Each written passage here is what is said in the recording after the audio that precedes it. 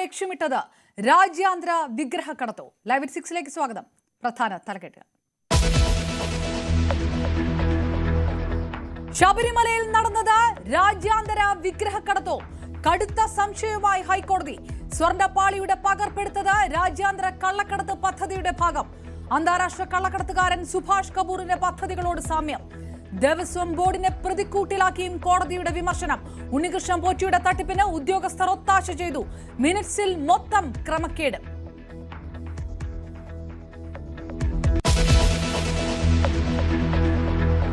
Sabarimala സ്വർണ്ണക്കൊള്ളയിൽ N വാസുവിനെ arrest ചെയ്യണമെന്ന് പ്രതിപക്ഷ നേതാവ്. വാസു കുടുങ്ങിയാൽ മന്ത്രിമാരും CPM നേതാക്കളും കുടുങ്ങുമെന്നും VD സതീശൻ. ദേവസ്വം ബോർഡിന്റെ കാലാവധി നീട്ടാൻ അനുവദിക്കരുതെന്ന് കോൺഗ്രസ്. ഓർഡിനൻസിൽ ഗവർണർ ഒപ്പിടരുതെന്ന് BJP. ഹൈക്കോടതി പരാമർശങ്ങൾ പഠിച്ച ശേഷം പ്രതികരിക്കാമെന്ന് ദേവസ്വം മന്ത്രി.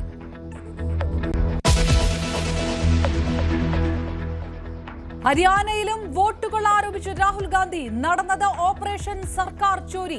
2 കോടി വോട്ടർമാരിൽ 25 ലക്ഷം കള്ളവോട്ടുകൾ. ബ്രസീലിയൻ മോഡലിന്റെ ചിത്രം വെച്ച് 10 ബൂത്തുകളിലായി. It is pretty clear to us that now this is a system.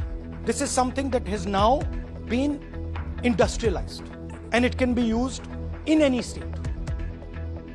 ഒരു പരാതിയും ലഭിച്ചിട്ടില്ലെന്ന് തെരഞ്ഞെടുപ്പ് കമ്മീഷൻ.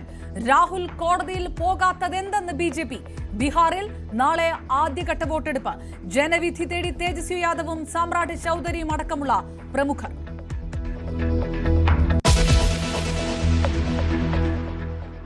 തീവ്ര വോട്ടർ പട്ടിക പരിഷ്കരണത്തിനെതിരെ നിയമ നടപടിക്ക് സർക്കാർ. തീരുമാനം സർവകക്ഷി യോഗത്തിൽ. SIR-നെ അനുകൂലിച്ച് BJP. എതിർത്ത് BJP ഇതര പാർട്ടികൾ.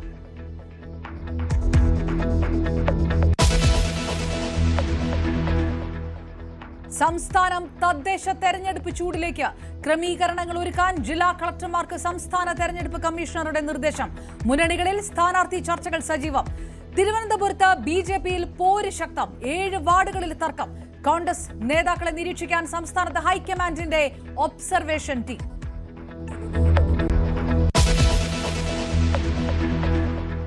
കരൂർ ദുരന്തത്തിന് ശേഷം ഉയർത്തെഴുന്നേൽക്കാൻ ദളപതി. വിജയ് തമിഴക വെട്രി കഴകത്തിന് മുഖ്യമന്ത്രി സ്ഥാനാർത്ഥി. പ്രമേയം പാസാക്കി മഹാബലിപുരത്ത് ചേർന്ന TVK ജനറൽ കൌൺസിൽ. തെരഞ്ഞെടുപ്പിൽ സഖ്യമില്ല. TVKയും DMKയും നേർക്കുനേർ ഏറ്റുമുട്ടുമെന്ന് വിജയ്.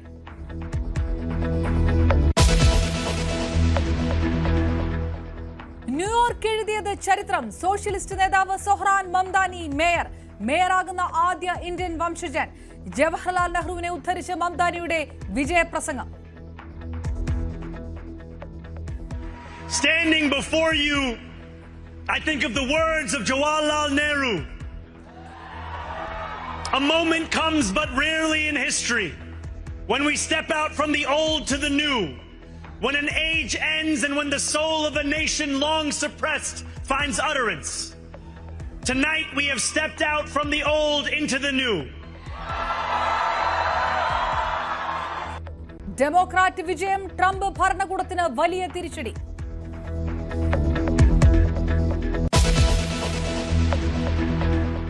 മുസ്ലിം പുരുഷന്റെ 2ാം വിവാഹത്തിൽ സുപ്രധാന നിർദ്ദേശവുമായി ഹൈക്കോടതി.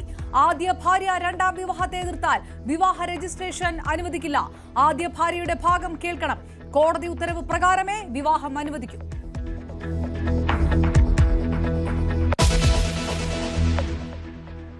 കണ്ണൂർ കുറുമാത്തൂരിലെ 2 മാസം പ്രായമുള്ള കുഞ്ഞിന്റെ മരണം കൊലപാതകം. അമ്മ മുബഷീറയുടെ അറസ്റ്റ് രേഖപ്പെടുത്തി. അങ്കമാലിയിലെ കുഞ്ഞിന്റെ കൊലപാതകത്തിൽ അമ്മൂമ്മ കസ്റ്റഡിയിൽ. കഴുത്തറുത്തു കൊന്നത് അമ്മൂമ്മയെന്ന് സംശയം.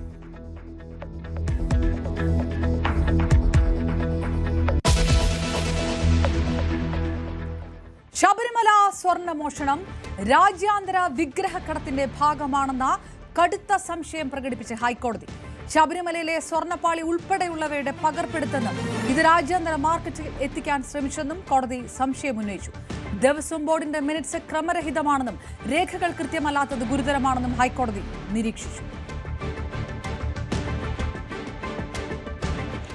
ശബരിമലയിൽ നിന്ന് സ്വർണ്ണപ്പാളി ഇളക്കി മാറ്റിയതുമായി ബന്ധപ്പെട്ടും അതിന്റെ അളവുകൾ എടുത്തതുമായി ബന്ധപ്പെട്ടും സംശയം പ്രകടിപ്പിക്കുകയാണ് ഹൈക്കോടതി. ഇന്ന് അന്വേഷണ പുരോഗതി റിപ്പോർട്ട് കോടതിയിൽ SIT സമർപ്പിച്ച സാഹചര്യത്തിലാണ് ഇടക്കാല ഉത്തരവിലാണ് കോടതി ഈ സംശയങ്ങൾ പ്രകടിപ്പിച്ചത്.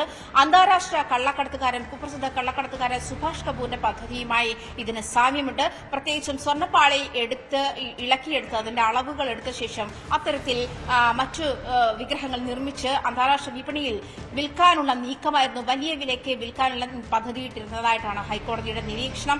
ഇതുമായി ബന്ധപ്പെട്ട ഉണ്ണികൃഷ്ണൻ പോറ്റി നന്ദൻ എന്ന് പറയുന്ന ആശാരിയുടെ സഹായത്തോടുകൂടി നട തുറന്നിരിക്കുന്ന സമയത്ത് സ്വർണ്ണപ്പാളികൾ ഇളക്കി മാറ്റി അളവെടുക്കുന്ന സാഹചര്യമുണ്ടായി. അതിന് നന്ദൻ എന്ന് പറയുന്ന ഈ ആശാരിയാണ് ഉപയോഗിച്ചതെന്ന് SIT കോടതിയിൽ വ്യക്തമാക്കിയിട്ടുണ്ട്. ഏത് സാഹചര്യത്തിലാണ് ഉണ്ണികൃഷ്ണൻ പോറ്റി ഇത്ര കൃത്യമായി ഇത്ര വിശ്വാസ്യതയോടുകൂടി ഈ ശബരിമലയിൽ ഇടപെടലുകൾ നടത്തിയിട്ടുള്ളതെന്നുള്ള കാര്യമാണ് കോടതി ചോദിക്കുന്നത്. ഏത് സാഹചര്യത്തിലാണ് ഉണ്ണികൃഷ്ണൻ പോറ്റിയെ വിശ്വസ്തനായി കണക്കാക്കിയത് എന്ന് കോടതി ചോദിക്കുന്ന സാഹചര്യമുണ്ടായി. ഈ പ്രത്യേക അന്വേഷണ സംഘത്തിന്റെ അന്വേഷണ പുരോഗതി റിപ്പോർട്ട് 2ാം തവണയാണ് ഇപ്പോൾ കോടതിയിൽ സമർപ്പിക്കുന്നത്. ഇതുമായി ബന്ധപ്പെട്ട ദേവസ്വം ബോർഡിന് വലിയ വിമർശനമാണ് കോടതിയുടെ ഭാഗത്തുനിന്നും ഉണ്ടായത്. മിനിറ്റ്സ് ക്ലിയർ ആയിരുന്നില്ല, അതല്ലെങ്കിൽ ക്രമരഹിതമായ മിനിറ്റ്സ് ആയിരുന്നു ദേവസ്വം ബോർഡ് സൂക്ഷിച്ചിരുന്നത്. പ്രത്യേകിച്ചും 2025 ജൂലൈ 28 ശേഷം മിനിറ്റ്സിൽ ഒന്നും രേഖപ്പെടുത്തിയിട്ടില്ല. മാത്രമല്ല സ്വർണ്ണപ്പാളി പുറത്തു കൊണ്ടുപോകുന്നതുമായി ബന്ധപ്പെട്ടോ സ്വർണ്ണപ്പാളി ഏത് ദിവസം ഇളക്കിയെടുത്തുന്നോ ഏത് സമയത്ത് കൊണ്ടുപോയി എന്നോ എന്നുള്ള കാര്യത്തിൽ ഒന്നും വ്യക്തതയില്ല എന്നും കോടതി നിരീക്ഷിച്ചിട്ടുണ്ട്. ഹൈക്കോടതിയുടെ നിയമം അനുസരിച്ചിട്ടാണ് ദേവസ്വം ബോർഡ് പ്രവർത്തിക്കേണ്ടത്. ഇതിന് എഗെയിൻസ്റ്റായിട്ടാണ് ഇപ്പോൾ ദേവസ്വം ബോർഡിന്റെ പ്രവർത്തനമെന്നും കോടതി വിലയിരുത്തുന്ന സാഹചര്യമുണ്ടായി. വലിയ വിമർശനമാണ് ദേവസ്വം ബോർഡിന് ഭാഗത്തുനിന്നും ഉണ്ടായിട്ടുള്ളത്. കൃത്യമായി SITയുടെ അന്വേഷണ പുരോഗതി റിപ്പോർട്ട് അനുസരിച്ച് 3 അറസ്റ്റുകളാണ് നിലവിൽ ഇപ്പോൾ നടന്നിട്ടുള്ളത്. ഉണ്ണികൃഷ്ണൻ പോറ്റി, മറ്റൊന്ന് മുരാരി ബാബു, മറ്റൊന്ന് മുൻ എക്സിക്യൂട്ടീവ് ഓഫീസർ സുധീഷ് കുമാർ തുടങ്ങിയവര് ഈ 3 പേരെയുമാണ് അറസ്റ്റ് ചെയ്തിരിക്കുന്ന സാഹചര്യമുണ്ടായത്. 3ാം പ്രതിയായി ആ സമയത്ത് 2019 മാർച്ച് 19 ഈ മഹസറിൽ സ്വർണ്ണപ്പാളി അല്ല ചെമ്പുപാളി എന്ന് എഴുതി ചേർത്തത്. അതിൽ ദേവസ്വം കമ്മീഷണറുടെ അറിവോട് കൂടിയിട്ടാണ് എന്ന് SIT കണ്ടെത്തിയിട്ടുണ്ട്. ആ ദേവസ്വം കമ്മീഷണർ N വാസുവാണ്. പിന്നീട് ബോർഡ് പ്രസിഡന്റായിരുന്ന N വാസുവാണ്. N വാസുവിനെയും ചോദ്യം ചെയ്യുന്ന സാഹചര്യവും അതിന്റെ പുരോഗതിയും കോടതിയിൽ SIT ബോധ്യപ്പെടുത്തിയിട്ടുണ്ട്. N വാസുവിന്റെ അറസ്റ്റ് വളരെ താമസിയാതെ ഉണ്ടായേക്കാം എന്നുള്ള പ്രതീക്ഷയിലുമാണ്. എന്തായാലും അന്വേഷണം വളരെ കൃത്യമായി വളരെ നല്ല രീതിയിൽ മുന്നോട്ട് പോകുന്നു എന്നുള്ളതാണ് കോടതിയുടെ വിലയിരുത്തൽ. കോടതിയുടെ നിർദ്ദേശം അനുസരിച്ചിട്ടാണ് അന്വേഷണം അന്വേഷണ സംഘം പ്രവർത്തിക്കുന്നത്. ADGP വെങ്കടേഷിന്റെയും അതുപോലെ SP ശശിധരനുമാണ് കോടതിയിൽ ഇന്ന് അന്വേഷണ പുരോഗതി റിപ്പോർട്ടുമായി ഹാജരായിട്ടുള്ളത്. ഈ അന്വേഷണത്തിന്റെ സ്ഥിതിഗതികൾ വിലയിരുത്തുകയും അത് പൂർണ്ണമായും അടച്ചിട്ട മുറിയിലായിരുന്നു കോടതിയുടെ പ്രൊസീഡിംഗ്സ് നടന്നിട്ടുണ്ടായിരുന്നത്. അത് മാത്രമല്ല കോടതി അടുത്ത ഘട്ടത്തിലേക്ക് എന്തൊക്കെ കാര്യങ്ങൾ വേണമെന്നുള്ള കാര്യത്തിലും SITക്ക് നിർദ്ദേശം നൽകിയിട്ടുണ്ട്. ഇതിൽ അഴിമതിയുണ്ടോ എന്ന് അന്വേഷിക്കണം. അഴിമതി നിരോധന നിയമപ്രകാരം ബോർഡിനെതിരെ കേസ് രജിസ്റ്റർ ചെയ്യാനുള്ള സാധ്യതയുണ്ടോ, ബോർഡ് അംഗങ്ങൾക്കെതിരെ കേസ് രജിസ്റ്റർ ചെയ്യാനുള്ള സാധ്യതയുണ്ടോ എന്നുള്ള കാര്യവും ഇതുമായി ബന്ധപ്പെട്ട SITക്ക് പരിശോധിക്കേണ്ടി വരും. എന്തായാലും 2 ആഴ്ചയിലൊരിക്കൽ അന്വേഷണ പുരോഗതി റിപ്പോർട്ട് സമർപ്പിക്കണമെന്നുള്ളതാണ് കോടതിയുടെ നിർദ്ദേശം. 6 ആഴ്ചയ്ക്കുള്ളിൽ അന്വേഷണം പൂർത്തിയാക്കണമെന്നും കോടതി നിർദ്ദേശിച്ചിട്ടുണ്ട്. അന്വേഷണം 6 ആഴ്ചയ്ക്കുള്ളിൽ പൂർത്തിയാകുമോ എന്നുള്ളൊരു സംശയം കൂടി SIT പ്രകടിപ്പിച്ചിട്ടുണ്ട്. എന്തായാലും 2 ആഴ്ച കൂടി ഈ അന്വേഷണം മുന്നോട്ട് പോകണം, നീട്ടിത്തരണം എന്നുള്ള ആവശ്യം കോടതി കഴിഞ്ഞ തവണത്തെ ഇടക്കാല റിപ്പോർട്ട് സമർപ്പിക്കാൻ SIT ആദ്യ തവണ എത്തിയ സാഹചര്യത്തിൽ തന്നെ കോടതിയെ ബോധ്യപ്പെടുത്തിയിരുന്നതാണ്. എന്നാൽ അക്കാര്യത്തിൽ കോടതി വ്യക്തതയൊന്നും വരുത്തിയിരുന്നില്ല. എന്നിരുന്നാലും അന്വേഷണം ഒരുപക്ഷെ സമയം നീട്ടി നൽകേണ്ടി വന്നാൽ അത് ഒരുപക്ഷെ കോടതി അനുവദിക്കുമെന്നാണ്. കാരണം SITയുടെ അന്വേഷണത്തിൽ പൂർണ്ണമായും തൃപ്തിയാണ് കോടതി ഇന്ന് രേഖപ്പെടുത്തുന്ന സാഹചര്യമുള്ള. മറ്റ് പുരോഗതി റിപ്പോർട്ടുകൾ അടുത്ത 2 ആഴ്ച കൂടുമ്പോൾ കോടതിയെ മാത്രം ബോധ്യപ്പെടുത്തുക എന്ന് തന്നെയാണ് ജസ്റ്റിസ് രാജ വിജയരാഘവന്റെയും ജസ്റ്റിസ് KP ജയകുമാറിന്റെയും ബെഞ്ച് SITയോട് ആവശ്യപ്പെട്ടിരിക്കുന്നത്. ശബരിമല സ്വർണ്ണമോഷണ കേസിൽ പ്രത്യേക അന്വേഷണ സംഘം സന്നിധാനത്ത് ഇതിനിടയിൽ പരിശോധന തുടരുകയുമാണ്. അറസ്റ്റിലായ മുൻ എക്സിക്യൂട്ടീവ് ഓഫീസർ സുധീഷ് കുമാറിന്റെ മൊഴിയുടെ അടിസ്ഥാനത്തിലാണ് പരിശോധന. ശശി നാരായണനും ചേരുന്നു വിവരങ്ങളുമായി. ശശി, ഹൈക്കോടതിയുടെ ഭാഗത്തു നിന്ന് കൂടുതൽ കടുപ്പിക്കുന്നു, കടുത്ത പരാമർശങ്ങൾ വരുന്നു, സ്വർണ്ണപ്പാളിയുടെ കൃത്യമായ തൂക്കമെടുക്കണം എന്നതടക്കമുള്ള നിർദ്ദേശങ്ങളൊക്കെ വരുന്ന സമയത്തു കൂടിയാണ് സന്നിധാനത്ത് ഈ പരിശോധന തുടരുന്നത്. എന്തെല്ലാം പ്രധാന വഴികളിലേക്ക് വെളിച്ചം വീശുന്നുണ്ട് പരിശോധന എന്നുള്ള സൂചനകളുണ്ട് നമ്മുടെ പക്കൽ? അപർണ, തീർച്ചയായും അപർണ സൂചിപ്പിച്ച പ്രധാന കാര്യം തന്നെയാണ്. എന്തായാലും സന്നിധാനത്ത് SITയുടെ നേതൃത്വത്തിലുള്ള പരിശോധന തുടരുകയാണ്. അത് പ്രധാനമായും സുധീഷിനെ കഴിഞ്ഞ ദിവസം അറസ്റ്റിലായ എക്സിക്യൂട്ടീവ് ഓഫീസർ, മുൻ എക്സിക്യൂട്ടീവ് ഓഫീസർ സുധീഷ് കുമാറിന്റെ മൊഴികളിൽ ചില കാര്യങ്ങൾ, നിർണായകമായ ചില വിവരങ്ങൾ ഈ അന്വേഷണ സംഘത്തിന് ലഭിച്ചിരുന്നു. അതിന്റെ അടിസ്ഥാനത്തിലാണ് ഇന്ന് ഒരു സിഐയുടെ നേതൃത്വത്തിലുള്ള 5-അംഗ സംഘം സന്നിധാനത്തിലെത്തി ഈ ജീവനക്കാരെയും വിളിച്ചു വരുത്തിയതിനു ശേഷം വിശദമായ ഒരു പരിശോധനയും തെളിവെടുപ്പും സന്നിധാനത്ത് നടത്തിയത്. പ്രധാനമായും ഈ സുധീഷിന്റെ മൊഴികളിൽ ചില കാര്യങ്ങൾ സൂചിപ്പിച്ചിരുന്നു. അന്നത്തെ സമയത്ത് അവിടുത്തെ ഈ കമ്മീഷണറായിരുന്ന വാസു അടക്കമുള്ള ആളുകളുടെ പേരുകൾ കൂടി ഇതിനകത്തുണ്ടായിരുന്നു. നമുക്കറിയാം ഈ രേഖകൾ ഈ സ്വർണ്ണപ്പാളി ചെമ്പുപാളിയാക്കിയാണ് പിന്നീട് ഇവിടെ കൊണ്ടുവന്നത്. അതിനെല്ലാം ഒരു നേതൃത്വം നൽകിയെന്ന്, അതായത് അതിനകത്ത് തന്നെ ഒരു ഗൂഢാലോചന നടത്തിയ രീതിയിലാണ് ഈ എക്സിക്യൂട്ടീവ് ഓഫീസർ സുധീഷ് കുമാർ ഉണ്ടായിരുന്നത്. അദ്ദേഹത്തിന്റെ മൊഴികളിൽ മാത്രം പറയുന്നതായിട്ടുള്ള വിവരങ്ങളാണ് പുറത്തു വരുന്നത്. അതുകൊണ്ട് തന്നെ ഇതിനകത്ത് ഒരുപക്ഷെ ദേവസ്വം കമ്മീഷണറായിരുന്ന വാസുവിനടക്കം പങ്കുണ്ടോ എന്നുള്ള കാര്യം കൂടിയാണ് പരിശോധിക്കുന്നത്. അതിനു വേണ്ടിയുള്ള രേഖകളും മകസറുകളും ഒക്കെയാണ് അവിടെ പരിശോധിക്കുന്നത്. ഒപ്പം ഈ കട്ടളപ്പാളിയും അതുപോലെ തന്നെ ഈ വാതിലും അടക്കമുള്ള സ്വർണം പൂശുന്നതിന് വേണ്ടിയുള്ള കാര്യങ്ങളിൽ നേരത്തെ അവിടെ സൂക്ഷിച്ചിരുന്ന കട്ടളപ്പാളി ഇതിന് കൊണ്ടുപോയതിനു ശേഷം അവിടെ സൂക്ഷിച്ചിട്ടുമുണ്ട്. അതിലും ഒരു പരിശോധന ആവശ്യമാണ്. അതും ഈ അന്വേഷണ സംഘം, പ്രത്യേക അന്വേഷണ സംഘം പരിശോധിക്കുന്നുണ്ട്. 2019 ഈ മാർച്ച് 19 ഈ ഉണ്ണികൃഷ്ണൻ പൊറ്റി ഈ വാതിൽപ്പാളികൾ സ്വർണം പൂശിന് വേണ്ടി കൊണ്ടുവന്നത്. അതിനുശേഷമാണ് 2019 മെയ്യിലാണ് ഈ കട്ടളപ്പാളിയും കൊണ്ടുവന്നത്. അങ്ങനെ ഒരു സൗകര്യങ്ങളെല്ലാം അവിടെ ചെയ്തു കൊടുക്കാൻ ദേവസ്വം ബോർഡിനും ഒപ്പം ജീവനക്കാർക്കും ഒക്കെ ചില കൈകൾ, അതായത് ചില സഹായങ്ങൾ ഉണ്ടായി എന്നുള്ള കാര്യം കൂടി അന്വേഷണ സംഘത്തിന് ബോധ്യപ്പെട്ടിട്ടുണ്ട്. അതുകൊണ്ടാണ് നേരത്തെ ദ്വാരപാലക ശില്പങ്ങളിലെ സ്വർണ്ണപ്പാളിയിൽ സ്വർണം കവർന്നതുമായി ബന്ധപ്പെട്ട് നേരത്തെ പ്രത്യേക അന്വേഷണ സംഘം ശബരിമലയിൽ എത്തി പരിശോധന നടത്തിയതിനു ശേഷമാണ് രണ്ടാമത്തെ കേസായ ഈ കട്ടളപ്പാളിയിലെ സ്വർണ്ണപ്പൂശുമായി ബന്ധപ്പെട്ടാണ് ഇപ്പോൾ അവിടെ ഈ സുധീഷ് കുമാറിന്റെ മൊഴിയുടെ അടിസ്ഥാനത്തിൽ വീണ്ടും സന്നിധാനത്തെത്തി പരിശോധന നടത്തുന്നത്. ഇതിൽ എന്തെങ്കിലും വൈരുദ്ധ്യങ്ങൾ കണ്ടെത്തിയാൽ കർശനമായ നടപടി ഉണ്ടാകും. അതിനുള്ള സാധ്യത സുധീഷ് കുമാറിന്റെ മൊഴികളിൽ നിന്നും ഈ അന്വേഷണ സംഘത്തിന് ലഭിച്ചിട്ടുണ്ട്. അതനുസരിച്ചുള്ള പരിശോധനയാണ് സന്നിധാനത്ത് നടക്കുന്നത്. ശശി നാരായണനാണ് വിവരങ്ങൾ നൽകി. സന്നിധാനത്ത് പ്രത്യേക അന്വേഷണ സംഘത്തിന്റെ പരിശോധന തുടരുകയാണ്. സ്വർണ്ണക്കൊളയിലെ ഹൈക്കോടതി പരാമർശങ്ങൾ പഠിച്ച ശേഷം പ്രതികരിക്കാമെന്നായിരുന്നു മന്ത്രി VN വാസവന്റെ പ്രതികരണം. കുറ്റക്കാർ ആരായാലും ശിക്ഷിക്കപ്പെടണം. പ്രത്യേക അന്വേഷണ സംഘം നന്നായി കേസ് അന്വേഷിക്കുന്നു. ശരിയായ രീതിയിൽ അന്വേഷണം നടക്കുന്നത് സന്തോഷകരമാണ്. അന്വേഷണ റിപ്പോർട്ട് പുറത്തു വന്ന ശേഷം കൂടുതൽ പറയാമെന്നും മന്ത്രി മാധ്യമങ്ങൾ. ശരിയായ രൂപത്തിൽ അന്വേഷണം നടക്കുന്ന ഏറ്റവും സന്തോഷകരമല്ല, അത് നമ്മൾ ആഗ്രഹിച്ചത്. എന്താണെന്ന് പരിശോധിച്ചിട്ട് ഞാൻ പറയാം. അല്ലാതെ ഞാൻ കണ്ടില്ല. ഞങ്ങൾ മീറ്റിംഗിലായിരുന്നു, തുടർച്ചയായ മീറ്റിംഗിലായിരുന്നു. കോടതി എന്താ പറഞ്ഞൊന്നും കേട്ടില്ല. അന്വേഷണ റിപ്പോർട്ടിന്റെ ഉള്ളടക്കം കണ്ടില്ല.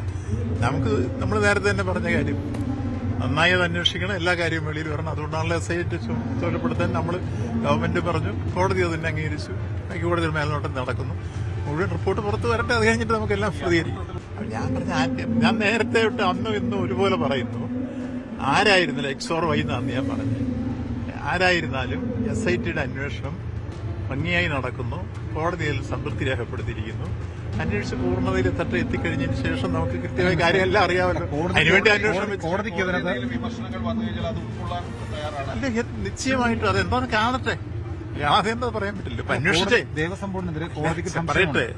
ഇപ്പൊ കോടതി ഏതായിരുന്നാലും അന്തിമമായിട്ട് ഈ കാര്യത്തെ കുറിച്ചൊരു വിധിയും പറഞ്ഞിട്ടില്ല. ഇപ്പൊ അന്വേഷണം നടക്കുകയാണ്. ആ അന്വേഷണം പൂർണ്ണതയിലെത്തി റിപ്പോർട്ട് കിട്ടിയതിനു ശേഷം കോടതി പരിശോധിച്ചതിന് ശേഷം കോടതി പറയില്ല. അന്നേരം നമുക്ക് ഈ കാര്യത്തെക്കുറിച്ച് ഇക്കാര്യത്തിൽ ഗവൺമെന്റ് അഭിപ്രായം എന്താണ് ഞാൻ നേരത്തെ പറഞ്ഞിട്ടുണ്ട്. N വാസുവിനെ അറസ്റ്റ് ചെയ്യണമെന്ന് പ്രതിപക്ഷ നേതാവ് VD സതീശൻ. വാസു കുടുങ്ങിയാൽ മന്ത്രിമാരും CPM നേതാക്കളും കുടുങ്ങും. സ്വർണ്ണക്കൊളയിൽ പങ്കുള്ള നിലവിലെ ദേവസ്വം ബോർഡിന്റെ കാലാവധി നീട്ടാൻ പ്രതിപക്ഷം അനുവദിക്കില്ലെന്നും VD സതീശൻ പറഞ്ഞു.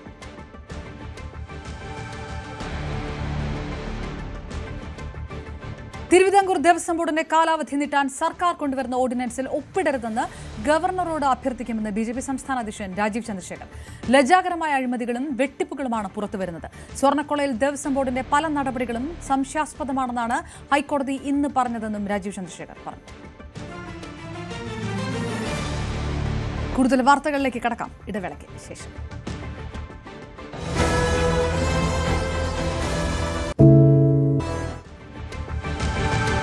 SIR-ൽ നിയമ പോരാട്ടത്തിന് സർക്കാർ സർവകക്ഷി യോഗത്തിലാണ് തീരുമാനം. BJP ഒഴികെയുള്ള പാർട്ടികൾ നിയമവഴി തേടാനുള്ള സർക്കാർ തീരുമാനത്തെ പിന്തുണച്ചു.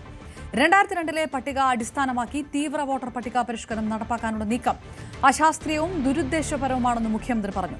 മുഖ്യമന്ത്രി പങ്കുവച്ച ഉത്കണ്ഠയോട് പൂർണ്ണമായും യോജിക്കുന്നുവെന്നും കോടതിയിൽ പോയാൽ കേസിൽ കക്ഷി ചേരാൻ തയ്യാറാണെന്നും പ്രതിപക്ഷ നേതാവ് VD സതീശൻ അറിയിച്ചു. VVRന്റെ റിപ്പോർട്ടിലേക്ക്. പശ്ചിമബംഗാളിന്റെയും തമിഴ്നാടിന്റെയും മാതൃകയിൽ SIR-നെതിരെ തീവ്ര വോട്ടർ പട്ടിക പരിഷ്കരണത്തിനെതിരെ സുപ്രീം കോടതിയെ സമീപിക്കാനാണ് സംസ്ഥാനത്തിന്റെയും തീരുമാനം. സംസ്ഥാന സർക്കാർ ഈ വിഷയത്തിൽ കോടതിയെ സമീപിക്കും. രാഷ്ട്രീയ പാർട്ടികൾ BJP ഒഴികെയുള്ള രാഷ്ട്രീയ പാർട്ടികളും അവരുടെ നിലയിലും ഈ കേസിൽ കക്ഷി ചേരും. മുഖ്യമന്ത്രി പിണറായി വിജയനാണ് സുപ്രീം കോടതിയിൽ പോകണമെന്ന നിർദ്ദേശം സർവകക്ഷി യോഗത്തിൽ വച്ചത്. പ്രതിപക്ഷ VD സതീശൻ അടക്കമുള്ള മറ്റ് പ്രധാനപ്പെട്ട BJP ഇതര രാഷ്ട്രീയ പാർട്ടികളിലെ മുഴുവൻ പേരും ആ തീരുമാനത്തോട് യോജിക്കുകയായിരുന്നു. സർക്കാർ എന്ന നിലയിൽ മുന്നോട്ട് പോകും. രാഷ്ട്രീയ പാർട്ടികൾക്കും ഇതിൽ കക്ഷി ചേരും. CPM-ന് വേണ്ടി MV ഗോവിന്ദനും പങ്കെടുത്തു. അദ്ദേഹവും ഈ നിലപാടാണ് അറിയിച്ചത്. ഏതായാലും വോട്ടർ പട്ടിക തീവ്ര പരിശോധന നിയമപരമായി ചോദ്യം ചെയ്യുമെന്ന് തന്നെയാണ് മുഖ്യമന്ത്രിയുടെ ഓഫീസിൽ നിന്നുള്ള വാർത്താക്കുറിപ്പിലും പിന്നീട് വ്യക്തമാക്കിയത്. തദ്ദേശ സ്വയംഭരണ സ്ഥാപന തെരഞ്ഞെടുപ്പ് നടത്തിയിരിക്കുന്ന പശ്ചാത്തലത്തിൽ SIR ചോദ്യം ചെയ്യാനുള്ള നിയമോപദേശം സർക്കാർ എന്ന നിലയിലും ലഭിച്ചിട്ടുണ്ട്. ഈ നിയമോപദേശങ്ങളുടെ അടിസ്ഥാനത്തിലാകും സർക്കാരിന്റെ നീക്കം.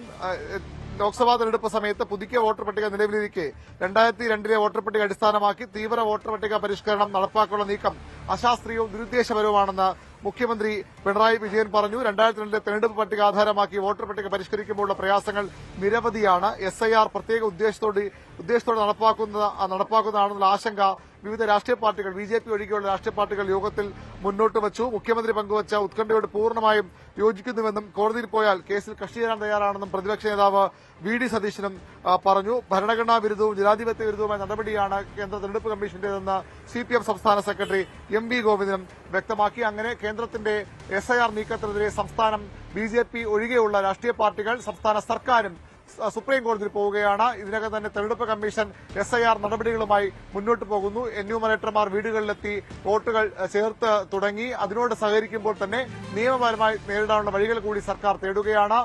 തദ്ദേശ തെരഞ്ഞെടുപ്പ് നടക്കുന്നതുകൊണ്ട് തന്നെ തെരഞ്ഞെടുപ്പ് ഉദ്യോഗസ്ഥരിലേക്ക് വിട്ടു നൽകാൻ കഴിയില്ലാത്ത ഒരു നിലപാട് നേരത്തെ വലിയ വിവാദമായിരുന്നു. സംസ്ഥാന തെരഞ്ഞെടുപ്പ് കമ്മീഷനും മുഖ്യ തെരഞ്ഞെടുപ്പ് ഓഫീസറുമായി ഇത് സംബന്ധിച്ച് ഉത്തരവുകളിലൂടെ ഏറ്റുമുട്ടൽ നടന്നിരുന്നു. പക്ഷേ ഇരുവരും രണ്ട് കാര്യങ്ങളും ബാധിക്കാത്ത തരത്തിൽ മുന്നോട്ട് കൊണ്ടുപോകാൻ ഇപ്പോൾ ഉദ്യോഗസ്ഥരുടെ തീരുമാനം. ഏതായാലും ഇനി നിയമ വഴിയിലേക്ക് തന്നെയാണ് സംസ്ഥാനവും നീങ്ങുന്നത്. SIR-ന് പിന്തുണയുമായി സിറോ മലബാർ സഭ BLOമാർ വീട്ടിലെത്തുമ്പോൾ സഹകരിക്കണമെന്ന് വിശ്വാസികൾക്ക് നിർദ്ദേശം നൽകി. പ്രവാസികളും SIR ഫോമുകൾ പൂരിപ്പിച്ച് നൽകണമെന്ന് സിറോ മലബാർ സഭ പബ്ലിക് അഫയേഴ്സ് കമ്മീഷൻ ആവശ്യപ്പെട്ടു. ടോം കുര്യാക്കോസ് ചേരുന്നു വിവരങ്ങളുമായി. ടോം, LDF-ഉം UDF-ഉം കൃത്യമായി SIR-നെതിരെയുള്ള നിലപാട് വ്യക്തമാക്കുന്നു. അത് നിയമ പോരാട്ടത്തിലേക്ക് കടക്കാൻ സർക്കാരും പ്രതിപക്ഷവും നിൽക്കുന്ന സമയത്തു കൂടിയാണ് സിറോ മലബാർ സഭയുടെ നിലപാടിന് കൂടുതൽ രാഷ്ട്രീയ പ്രാധാന്യം കൂടി ഉണ്ടാകുന്നത്. ഏത് തരത്തിൽ വേണം വിലയിരുത്താൻ? തീർച്ചയായും അപർണ സൂചിപ്പിച്ചതുപോലെ സംസ്ഥാനത്ത് CPM-ഉം കോൺഗ്രസും ഉൾപ്പെടെയുള്ള കക്ഷികൾ SIR-നെതിരെ നിലപാട് സ്വീകരിച്ച പശ്ചാത്തലത്തിലാണ് സീറോ മലബാർ സഭ ഇതിനെ പിന്തുണച്ച് രംഗത്തെത്തിയത് ഏറെ ശ്രദ്ധേയമായിരിക്കുന്നത്. പ്രത്യേകിച്ചും തെരഞ്ഞെടുപ്പ് കമ്മീഷൻ രാജ്യവ്യാപകമായി SIR നടപ്പിലാക്കി വരുന്ന പശ്ചാത്തലത്തിൽ ഈ നവംബർ 4 മുതൽ ഡിസംബർ 4 വരെയുള്ള തീയതികളിൽ SIR പ്രക്രിയയുടെ കടന്നുപോകുന്ന പശ്ചാത്തലത്തിലാണ് സീറോ മലബാർ സഭ ഇത്തരമൊരു പ്രസ്താവന ഇറക്കിയിരിക്കുന്നത്. അതായത് ബൂത്ത് ലെവൽ ഓഫീസർമാർ എന്യൂമറേഷൻ ഫോമുകളുമായി വീടുകളിലെത്തുമ്പോൾ അവരോട് സഹകരിക്കാനും ഫോമുകൾ യഥാവിധം പൂരിപ്പിച്ച് നൽകണമെന്നുമാണ് വിശ്വാസികൾക്ക് public affairs commission zero Malabar സഭയുടെ പബ്ലിക് അഫയേഴ്സ് കമ്മീഷൻ നൽകിയിരിക്കുന്ന നിർദ്ദേശം. അതായത് കൃത്യമായും ഇതുമായി ബന്ധപ്പെട്ട് എങ്ങനെ ഇത് പൂരിപ്പിച്ച് നൽകണം തുടങ്ങിയ കാര്യങ്ങൾ ഉൾപ്പെടെ നിർദ്ദേശം നൽകിയിട്ടുണ്ട്. 2002 ശേഷം വോട്ടർ പട്ടികയിൽ ഉൾപ്പെട്ടവർ ഇലക്ഷൻ കമ്മീഷൻ നിർദ്ദേശിച്ചിരിക്കുന്ന രേഖകൾ ഹാജരാക്കുന്നതിനായി തയ്യാറാക്കി വെക്കണം. SIR പ്രക്രിയയ്ക്കായി നിയോഗിക്കപ്പെട്ട ഭവനങ്ങളിലെത്തുന്ന ഉദ്യോഗസ്ഥർ നിങ്ങളെ സഹായിക്കാൻ വേണ്ടിയുള്ളവരാണ്. സംശയ നിവാരണത്തിനായി BLOമാരുമായി കൃത്യമായി ആശയവിനിമയം നടത്തണമെന്നും അതോടൊപ്പം പ്രവാസികളായിട്ടുള്ള ആളുകളും അതായത് സഭയിലെ വിശ്വാസികളായിട്ടുള്ള പ്രവാസികളും ഈ നിർദ്ദേശം പാലിക്കണമെന്നും കൃത്യമായി ഈ അറിയിപ്പിലൂടെ പറയുന്നുണ്ട്.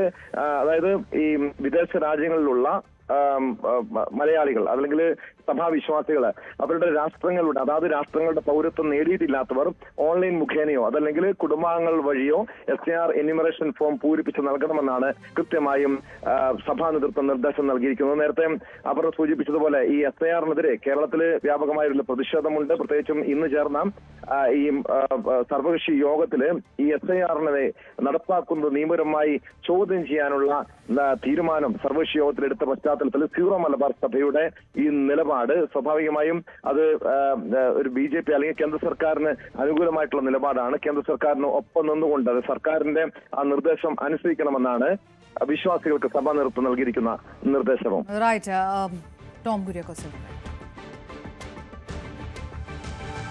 തദ്ദേശ തെരഞ്ഞെടുപ്പ് ക്രമീകരണങ്ങൾ ഒരുക്കാൻ ജില്ലാ കളക്ടർമാർക്ക് സംസ്ഥാന തെരഞ്ഞെടുപ്പ് കമ്മീഷണർ A. ഷാജഹാൻ നിർദ്ദേശം നൽകി. Chief electoral officer doctor Rathan U കേൽക്കറുടെ സാന്നിധ്യത്തിൽ വിളിച്ചു ചേർത്ത ജില്ലാ കളക്ടർമാരുടെ ഓൺലൈൻ യോഗത്തിലാണ് കമ്മീഷണറുടെ നിർദ്ദേശം. തദ്ദേശ പൊതു തെരഞ്ഞെടുപ്പ് പ്രവർത്തനങ്ങൾക്ക് യാതൊരു തടസ്സവും ഉണ്ടാകാത്ത രീതിയിൽ വേണം വോട്ടർ പട്ടിക തീവ്രപരിഷ്കരണ പ്രവർത്തനങ്ങൾ നടത്താനെന്ന് ചീഫ് ഇലക്ടറൽ ഓഫീസർ ജില്ലാ കളക്ടർമാരോട് ആവശ്യപ്പെട്ടു. തദ്ദേശ തെരഞ്ഞെടുപ്പിലെ കോൺഗ്രസ് നേതാക്കളുടെ ഇടപെടലും പങ്കാളിത്തവും നിരീക്ഷിക്കാൻ AICC നിയോഗിച്ച ഒബ്സർവേഷൻ ടീം സംസ്ഥാനത്ത് സജീവമാകുന്നു. ഹൈക്കമാൻഡ് ഏറെ പ്രാധാന്യത്തോടെ കാണുന്ന തദ്ദേശ തെരഞ്ഞെടുപ്പിൽ നേതാക്കളുടെ പ്രവർത്തനങ്ങൾ സംബന്ധിച്ച സമഗ്ര റിപ്പോർട്ട് നിരീക്ഷക സംഘം AICC പ്രതിനിധിക്ക് കൈമാറും. നിയമസഭാ തെരഞ്ഞെടുപ്പിലെ സ്ഥാനാർത്ഥി നിർണയം അടക്കം ഈ റിപ്പോർട്ട് സ്വാധീനിക്കുമെന്നാണ് സൂചന. News 18 express. കാലുവാരലും വിഭാഗീയ പ്രവർത്തനങ്ങളും നടത്തുന്ന നേതാക്കളെ നിരീക്ഷിക്കുകയാണ് ഹൈക്കമാൻഡ് നിയോഗിച്ച ഒബ്സർവേഷൻ ടീമിന്റെ പ്രധാന ദൗത്യം. തിരുവനന്തപുരം, കൊച്ചി, കോഴിക്കോട് ഉൾപ്പെടെയുള്ള നഗരസഭകളിലെ തെരഞ്ഞെടുപ്പ് പ്രവർത്തനങ്ങളും നേതാക്കളുടെ ഇടപെടലുകളും സൂക്ഷ്മമായി നിരീക്ഷക സംഘം വിലയിരുത്തും. എല്ലാ ജില്ലകളിൽ നിന്നും ശേഖരിക്കുന്ന വിവരങ്ങൾ നിരീക്ഷക സംഘം AICC പ്രതിനിധിക്ക് കൈമാറും. ഈ റിപ്പോർട്ടിന്റെ അടിസ്ഥാനത്തിലാകും തുടർ നടപടികൾ. ചുമതലകളിൽ ബോധപൂർവം വീഴ്ച വരുത്തുന്നവർക്കെതിരെ മുഖം നോക്കാതെ നടപടിയെടുക്കാനാണ് നേതൃത്വത്തിന്റെ തീരുമാനം. നിയമസഭാ തെരഞ്ഞെടുപ്പിന് പാർട്ടി തയ്യാറെടുക്കുന്ന സാഹചര്യത്തിൽ തദ്ദേശ തെരഞ്ഞെടുപ്പിലെ വോട്ട് ചേർക്കലിലും വോട്ടുറപ്പിക്കലിലും നേതാക്കളുടെ സജീവ ഇടപെടൽ വേണമെന്നാണ് ദേശീയ നേതൃത്വത്തിന്റെ നിർദ്ദേശം. 2026 അഭിമാന പോരാട്ടത്തിന്റെ സ്ഥാനാർത്ഥി നിർണയത്തിൽ അടക്കം തദ്ദേശ തെരഞ്ഞെടുപ്പിന് ചുക്കാൻ പിടിക്കുന്ന നേതാക്കളുടെ പ്രവർത്തനങ്ങൾ മാനദണ്ഡമായി മാറുമെന്നാണ് AICC നേതൃത്വം നൽകുന്ന സൂചന. Dan Kurian, news 18, Thiruvananthapuram. എല്ലാവർക്കും ജീവിക്കാൻ കഴിയുന്ന തിരുവനന്തപുരമാണ് കോൺഗ്രസിന്റെ ഉറപ്പെന്ന് മേയർ സ്ഥാനാർത്ഥി KS ശബരിനാഥൻ. കവടിയാർ വാർഡിൽ ശബരിനാഥൻ പ്രചാരണം ശക്തമാക്കുക. കൃത്യമായ രാഷ്ട്രീയം പറഞ്ഞുകൊണ്ട്, തിരുവനന്തപുരത്തിന് മാനിഫെസ്റ്റോ പറഞ്ഞുകൊണ്ട്, കവടിയാറിൽ ചെയ്യാൻ പറ്റുന്ന കൂടുതൽ കാര്യങ്ങൾ പറഞ്ഞുകൊണ്ട്, ഞാൻ പറഞ്ഞല്ലോ തിരുവനന്തപുരത്തുള്ള എല്ലാ വിഭാഗങ്ങളിലുള്ള ആളുകൾക്കും ജീവിക്കാൻ കഴിയുന്ന നാളത്തെ നഗരമായി തിരുവനന്തപുരത്തെ മാറ്റിയെടുക്കുക. ഇവിടെയുള്ള എത്രയോ വീടുകളിൽ ആ വീടുകൾ പോകുമ്പം പ്രായമുള്ള അമ്മമാരും അച്ഛന്മാരും ഒക്കെയാണ്. മക്കളൊക്കെ വരില്ല. എൻ്റെ കൂടെ പഠിച്ച ആൾക്കാർ വരെയുണ്ട്. അവർക്കൊരു ആവശ്യം ഉണ്ടെങ്കിൽ പോലും മക്കളെ US നിന്നൊക്കെ വിളിക്കണം. ആ ഒരു അവസ്ഥ ഉണ്ടാക്കിയ നാട്ടിൽ ജോലിയില്ലാത്തതുകൊണ്ടല്ലേ. അപ്പോൾ നമ്മുടെ നാട്ടിലേക്ക് ട്രിവാൻഡ്രം ഒരു ബ്രാൻഡാണ്. ഏറ്റവും മികച്ച വിദ്യാഭ്യാസ സ്ഥാപനങ്ങൾ, ഏറ്റവും കൂടുതൽ തൊഴിലാശയങ്ങൾ വരണം, എത്രയും മിടുക്കലായിട്ട് ആളുകളുണ്ട്. അപ്പോൾ ഒരു കംബാക്ക് ടു ട്രിവാൻഡ്രം എന്ന് പറഞ്ഞ സ്ലോഗോ പോലെ മനസ്സിൽ വെച്ചുകൊണ്ട് തിരുവനന്തപുരം എന്ന ബ്രാൻഡിനെ വളർത്തിയെടുത്ത് ഇന്ത്യയിലെ തന്നെ ഏറ്റവും മികച്ച നഗരമാക്കുക, അതിൻ്റെ ഒരു വലിയ ഭാഗം കവടിയാറുണ്ടാക്കുക എന്നുള്ളതാണ് ലക്ഷ്യം. എല്ലാവർക്കും ജീവിക്കാൻ കഴിയുന്ന നാട്. ഇവിടെ കുടാമൂട് പാലത്തിന് കീഴിൽ ആ മണ്ണ് കഴിച്ച കുട്ടികൾ മുതൽ മക്കൾ അമേരിക്കയിൽ നിൽക്കുന്ന ഈ കവടിയാർ വാർഡിലെ റിട്ടയറായ ദമ്പതികൾക്ക് വരെയുള്ള ഒരു താങ്ങും തന്ത്രമായി കോൺഗ്രസ് ഉണ്ടാകും. വ്യക്തമായി നൽകുന്നു. എല്ലാവർക്കും നന്നായി ജീവിക്കാൻ കഴിയുന്ന നാളത്തെ നഗരം. നിയമത്തിന് പിന്നാലെ വട്ടിയൂർക്കാവിലും BJPയിൽ പോര്. 7 വാർഡുകളിലെ സ്ഥാനാർത്ഥി നിർണയത്തിലാണ് തർക്കം. പലയിടങ്ങളിലും ഒന്നിലധികം പേർ സ്ഥാനാർത്ഥികളാകാൻ രംഗത്തുണ്ട്. വട്ടിയൂർക്കാവിന് പുറമെ പെരുന്താനി, മഞ്ചൂർ, ഫോർട്ട്, മണക്കാട്, ശ്രീവരാഹം വാർഡുകളിലും തർക്കം രൂക്ഷമാണ്. സ്ഥാനാർത്ഥി നിർണയത്തിൽ പ്രതിഷേധിച്ച് നേമത്ത് ഏരിയ പ്രസിഡന്റ് രാജിവെച്ചു. നിയമത്തിന് പിന്നാലെ വട്ടിയൂർക്കാവിലും BJPയിൽ സ്ഥാനാർത്ഥി മോഹികളുടെ തിരക്കാണ്. തിക്കിത്തിരക്കും ബഹളവുമാണ്. അത് പാർട്ടിയിൽ കലാപമായി മാറുന്നു. വട്ടിയൂർക്കാവ് നിയമസഭാ മണ്ഡലത്തിൽപ്പെട്ട നെട്ടയം, പാതിരപ്പള്ളി, കുടപ്പരക്കുന്ന്, വാഴോട്ടുകുണം, തുരുത്തുമൂല, കൊടുങ്ങാനൂർ, വട്ടിയൂർക്കാവ് വാർഡുകളിലാണ് വലിയ തർക്കമുള്ളത്. പലയിടങ്ങളിലും ഒന്നിലധികം പേർ സ്ഥാനാർത്ഥികളായുണ്ട്. പ്രാദേശിക നേതാക്കളുടെയും പ്രാദേശിക വികാരവും അവഗണിച്ച് സ്ഥാനാർത്ഥികൾ തീരുമാനിച്ചാൽ വിമത ഭീഷണി ഉയർത്തി റിബലായി മത്സരിക്കുമെന്ന മുന്നറിയിപ്പ് നേതൃത്വത്തിന് പലരും നൽകുന്നുണ്ട്. വട്ടിയൂർക്കാവിൽ ആണ് BJPയുടെ മുൻ ജില്ലാധ്യക്ഷൻ കൂടിയായ മേയർ സ്ഥാനാർത്ഥിയായ VV രാജേഷ് മത്സരിക്കാൻ തയ്യാറെടുക്കുന്നത്. അവിടെയും വലിയ തർക്കങ്ങളുണ്ട്. അവിടെ ഒന്നിലധികം പേരുകളുണ്ട്.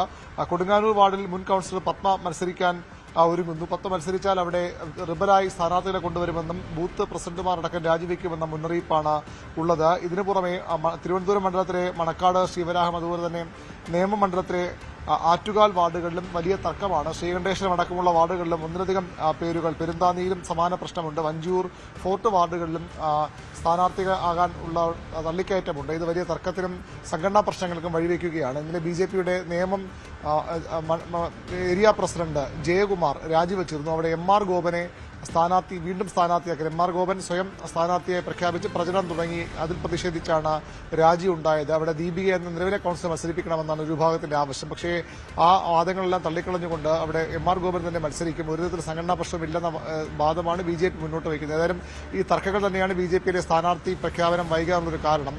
ഇന്ന് BJPയുടെ പദയാത്ര നേമം മണ്ഡലത്തിൽ നിന്ന് സംസ്ഥാന അധ്യക്ഷനും മറ്റ് പ്രധാനപ്പെട്ട നേതാക്കളും മറ്റു മണ്ഡലങ്ങളിൽ നിന്നും പദയാത്ര ആരംഭിക്കുകയാണ്. അതിനിടയിലാണ് ഇത്തരം സംഘടനാ പ്രശ്നങ്ങൾ BJPക്ക് തലവേദന ഉണ്ടാക്കുന്നത്. കോഴിക്കോട് കോർപ്പറേഷൻ കൌൺസിലിൽ പ്രതിപക്ഷ ബഹളം. താൽക്കാലിക ജീവനക്കാരെ പാർട്ടി ഓഫീസിൽ നിന്നുള്ള ലിസ്റ്റ് അനുസരിച്ച് നിയമനം നടത്തിയെന്ന് ആരോപിച്ചാണ് പ്രതിഷേധം. UDF, BJP അംഗങ്ങളാണ് പ്രതിഷേധിച്ചത്. അജണ്ടയുടെ പകർപ്പ് പ്രതിപക്ഷാംഗങ്ങൾ മേയറുടെ ചേംബറിന് നേരെ കീറിയെറിഞ്ഞായിരുന്നു പ്രതിഷേധം.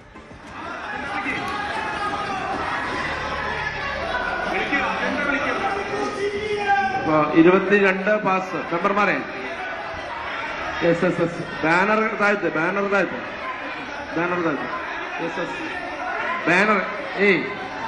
സീനിയർ കൗൺസിലറെ മൊയ്തീൻ കോയ സാഹിബ് ചെയറിന്റെ മുന്നിൽ നിന്നും ബാനർ താഴ്ത്ത്.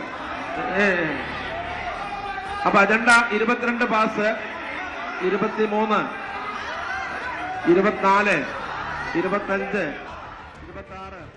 ചട്ടങ്ങൾ പാലിച്ച് കായികക്ഷമതാ പരിശോധന നടത്തിയാണ് ആളുകളെ നിയമിച്ചതെന്ന് മേയർ ബീന ഫിലിപ്പ് പ്രതികരിച്ചു. ഏതോ പാർട്ടി ഓഫീസിൽ തരുന്ന ലിസ്റ്റാണ്. അങ്ങനെയുണ്ടോ ഫയലിനകത്ത്? അങ്ങനെയുണ്ടോ അജണ്ടയിൽ? ഞാൻ ഉറപ്പിച്ചു പറയുന്നു, ഞാൻ നേരത്തെ അഞ്ചുള്ള കൌൺസിലറായിരുന്നു. ഈ കൌൺസിലിന്റെ ഒരു പ്രത്യേകത, കണ്ടിജന്റ് നിയമനത്തിൽ കാണിച്ചൊരു പ്രത്യേകത, ഫിസിക്കൽ ടെസ്റ്റ് കൂടി നടത്തിയ കൌൺസിലാണ്. നേരത്തെ ഫിസിക്കൽ ടെസ്റ്റ് നടത്താറില്ല. കണ്ടിജന്റ് ജീവനക്കാരുടെ ആദ്യഘട്ട നിയമനം നടന്നപ്പോൾ ഫിസിക്കൽ ടെസ്റ്റിലെ റാങ്ക് ഉൾപ്പെടെ എടുത്തിട്ടാണ്. നിങ്ങൾക്ക് വേണമെങ്കിൽ ഗവേഷണത്തിന് നേരത്തെ നടന്ന നിയമനത്തിന്റെയും ഇപ്പോൾ നടന്ന നിയമനത്തിന്റെയും ലിസ്റ്റുകളെടുത്ത് പരിശോധിക്കാം. സുതാര്യമാണ്, എല്ലാ ഫയലുകളിലുണ്ട്. എത്രയെത്ര CPMന്റെ നേതാക്കളും പ്രവർത്തകരും ഇന്റർവ്യൂവിന് പുറത്തേക്ക് വരുന്നത് രാഷ്ട്രീയമായ ആണ് എന്ന് പറയുന്നത്. അപ്പോൾ ഫിസിക്കൽ ടെസ്റ്റ് അതിന് മാർക്കുണ്ട്, ഇന്റർവ്യൂ മാർക്കുണ്ട്, ഓരോ ക്രൈറ്റീരിയ വെച്ചിട്ടുണ്ട്, ഇന്റർവ്യൂ ബോർഡുണ്ട്, ഇന്റർവ്യൂ ബോർഡിന്റെ രേഖകളുണ്ട്. ഇതെല്ലാം രേഖകൾ ഫയലിൽ ഇവിടെ എല്ലാവരുടെ മുന്നിൽ സമർപ്പിക്കപ്പെട്ട് കഴിഞ്ഞിരിക്കുകയാണ്. അത് പരിശോധിച്ച് ഏതോ കുടുംബത്തിന് 3 എണ്ണം മുമ്പത്തെ നിയമനത്തിന് അത് കിട്ടിയെന്ന് പറഞ്ഞു. ഞാൻ മനസ്സിലാക്കിയിട്ടില്ല, ഞാൻ ഇപ്പോൾ സഭയിൽ നിന്ന് കേട്ടതാണ്. സർവീസ് റൂൾ അനുസരിച്ച് ഒരു വീട്ടിൽ 3 ആൾക്കാർക്ക് കൊടുക്കാൻ പാടില്ല എന്ന് നിയമമുണ്ടോ? PSC മുഖാന്തരോ മറ്റ് എംപ്ലോയ്മെന്റ് വഴി മെറിറ്റിൽ കൊടുക്കാൻ പാടില്ല എന്ന് എനിക്കറിയില്ലേ. ഇപ്പൊ സഭയിൽ നിന്ന് കേട്ടതാണ്. പണ്ടത്തെ നിയമനത്തെ കുറിച്ചാണ് പറഞ്ഞത്. അപ്പോ സ്പെസിഫിക് ആയ എന്താ വിഷയമൊന്നും നമ്മളാരും ചേർന്ന് ചോദിച്ചപ്പോ ഒന്നും പറഞ്ഞല്ലോ. കൊല്ലത്ത് റോഡ് തടഞ്ഞ് UDF സമ്മേളനം. കോർപ്പറേഷന് മുന്നിലാണ് UDF കുറ്റപത്ര സമർപ്പണ സമ്മേളനം സംഘടിപ്പിച്ചത്. KPCC പ്രസിഡന്റ് സണ്ണി ജോസഫ് പങ്കെടുക്കുന്നതാണ് സമ്മേളനം. കോർപ്പറേഷന് മുന്നിലെ ഒരു റോഡിന് കുറുകെയാണ് വേദി. ബസ് ഉൾപ്പെടെ മറ്റൊരു റോഡിലൂടെയാണ് ഇത് കാരണം കടത്തിയത്. പേരിലൊരു പദ്ധതിക്ക് രൂപം നൽകിയെങ്കിലും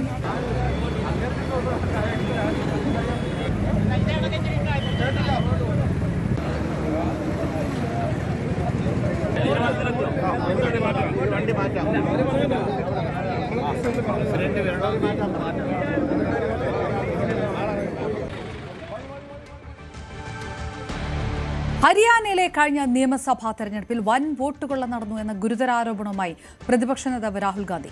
ഓപ്പറേഷൻ സർക്കാർ വോട്ട് ചോരി എന്നാണ് രാഹുൽ വിശേഷിപ്പിച്ചത്. ഹരിയാനയിലെ 2 കോടി വോട്ടർമാരിൽ 25 ലക്ഷം കള്ളവോട്ടുകളാണ്. ബ്രസീലിയൻ മോഡലിന്റെ ഫോട്ടോ ഉപയോഗിച്ച് 22 വോട്ടുകൾ വോട്ടർ പട്ടികയിൽ ഉൾപ്പെടുത്തിയതിന്റെയും ഒരേ വീടിന്റെ വിലാസത്തിൽ 68 മുതൽ 500 വരെ വോട്ടുകൾ ചേർത്തതിന്റെയും തെളിവുകളും രാഹുൽ ഗാന്ധി പുറത്തുവിട്ടു. ഞങ്ങൾ ജയിക്കാൻ സാധ്യതയുള്ള സ്ഥലങ്ങളിൽ കശ്മീരിൽ നിന്ന് വരെ ആളുകളെ കൊണ്ടുവന്ന് വോട്ട് ചേർക്കുമെന്ന കേരള BJP നേതാവ് B. ഗോപാലകൃഷ്ണന്റെ അവകാശവാദ വീഡിയോയും ഈ തെളിവുകളുടെ കൂട്ടത്തിൽ രാഹുൽ പുറത്തുവിട്ടു. There are thousands of these where the entire large numbers of people are just picked up and they have the opportunity because they belong to are associated with the BJP, where they have the opportunity to be a voter in UP, to be a voter in Haryana, to be a voter in Madhepura, to be a voter in Varanasi. This option is available to the BJP. This is the Vyavastha that man was talking about. Listen to this. അതിനകത്ത് യാതൊരു സംശയവുമില്ല. ജയിക്കാൻ വേണ്ടി വ്യാപകമായി ഞങ്ങൾ vote ചേർക്കും. ഞങ്ങൾ ജയിക്കാൻ ഉദ്ദേശിച്ച മണ്ഡലങ്ങളിൽ ഞങ്ങൾ ജമ്മു കാശ്മീരിൽ നിന്നും ആൾക്കാരെ കൊണ്ടുവന്ന് ഒരു വർഷം താമസിപ്പിച്ച് വോട്ട് ചെയ്യിപ്പിക്കും. ഒരു സംശയമില്ല. He's saying it. He knows it. And we've proved it. Do you have any doubts? വിവരങ്ങളുമായി പൊളിറ്റിക്കൽ ഡെസ്കിൽ നിന്നും ആർ കിരൺ ബാബു ചേർന്നു. കിരൺ, വലിയ പ്രസ്റ്റീജ് വിഷയമായി ബീഹാർ തെരഞ്ഞെടുപ്പ്, ഇന്ത്യ സഖ്യവും എൻഡിഎയും കാണുന്ന ഒരു സമയത്ത് ബീഹാർ പോളിംഗ് ബൂത്തിലേക്ക് കടക്കുന്നതിന് തൊട്ടു മുമ്പ് ഹരിയാനയിലെ വോട്ട് കൊള്ള രാഹുൽ ഗാന്ധി വാർത്താസമ്മേളനത്തിലൂടെ പുറത്തു കൊണ്ടുവരുമ്പോൾ ഇതിനെ പ്രതിരോധിക്കാൻ ബിജെപിയും മുന്നിലുണ്ട്. ഏത് തരത്തിലേക്ക് ഈ പുതിയ വാർത്താസമ്മേളനം വിവാദങ്ങൾ ആളിക്കത്തിക്കുന്നു എന്നാണ് മനസ്സിലാക്കേണ്ടത്?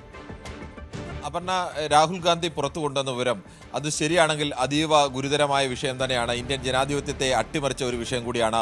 2 കോടി വോട്ടർമാരാണ് ഏകദേശം ഹരിയാനയിലുള്ളത്. അതിൽ 25 ലക്ഷം വോട്ടർമാർ കള്ള വോട്ടർമാരാണ് എന്നുള്ളതാണ് രാഹുൽ ഗാന്ധി ഉന്നയിച്ച കണക്കുകൾ. അതിൽ തന്നെ ഡ്യൂപ്ലിക്കേറ്റ് വോട്ട് 5,21,619 വോട്ട്, കള്ള വിലാസത്തിൽ അല്ലെങ്കിൽ ഒരേ വിലാസത്തിൽ തന്നെ നിരവധി ആളുകളുടെ വോട്ട് രേഖപ്പെടുത്തിയത് 93,174, ബൾക്ക് വോട്ട് 19,26,351.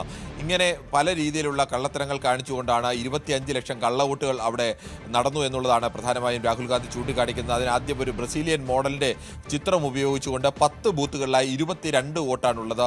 BJPയുടെ ഒരു ജില്ലാ പരിഷത്തിന്റെ വൈസ് ചെയർമാന്റെ പേരിൽ സ്വന്തം വീട്ടിലേക്ക് 161 പേരുടെ വോട്ടാണ് ആ ഒറ്റ പേരിൽ മാത്രമുള്ളത്. 0 എന്ന പേരിലൊക്കെ ചിലരുടെ വീട്ടു നമ്പറിൽ വോട്ടുകൾ ഉണ്ടായിരുന്നു. ആ 0 എന്ന പേരിലെ വീട്ടു നമ്പറിൽ വോട്ടൊക്കെ രേഖപ്പെടുത്തിയിരുന്നത് വൃക്ഷങ്ങളുടെ കീഴിൽ താമസിക്കുന്നവരും റോഡിൽ താമസിക്കുന്നവരൊക്കെ മനുഷ്യരുണ്ട്. അവർക്ക് വീട്ടു നമ്പറില്ല. അതുകൊണ്ട് അവരുടെ വോട്ടൊക്കെ അങ്ങനെയാണ് ചേർത്തിരുന്നതെന്നാണ് മുഖ്യ തെരഞ്ഞെടുപ്പ് കമ്മീഷണർ ജ്ഞാനേഷ് കുമാർ പറഞ്ഞിരുന്നത്. അങ്ങനെ 0 എന്ന് ചേർത്തിരിക്കുന്ന ഏതാനും പേരുടെ ചില ഉദാഹരണങ്ങൾ കൂടി രാഹുൽ ഗാന്ധി ചൂണ്ടിക്കാണിച്ചു.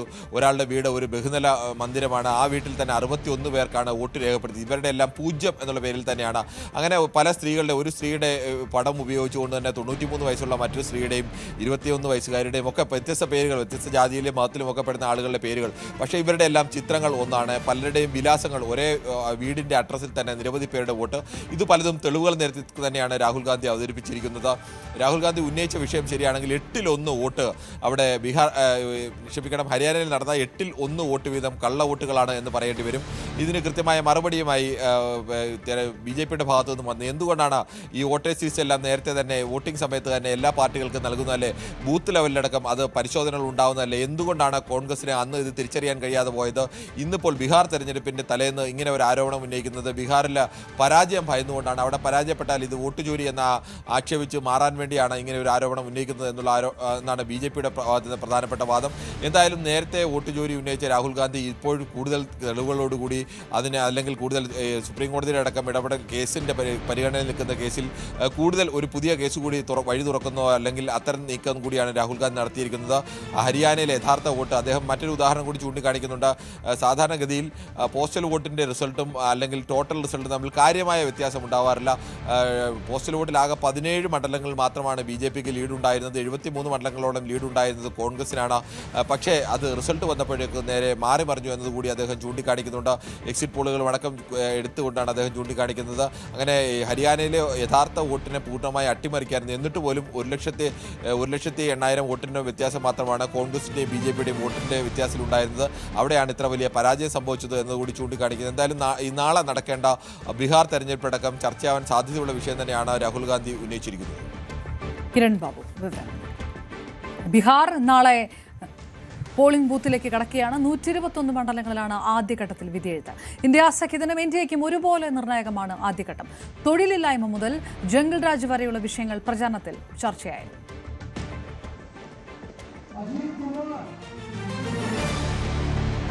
ന്യൂയോർക്കിന് പുതിയ ചരിത്രമെഴുതി മംദാനി.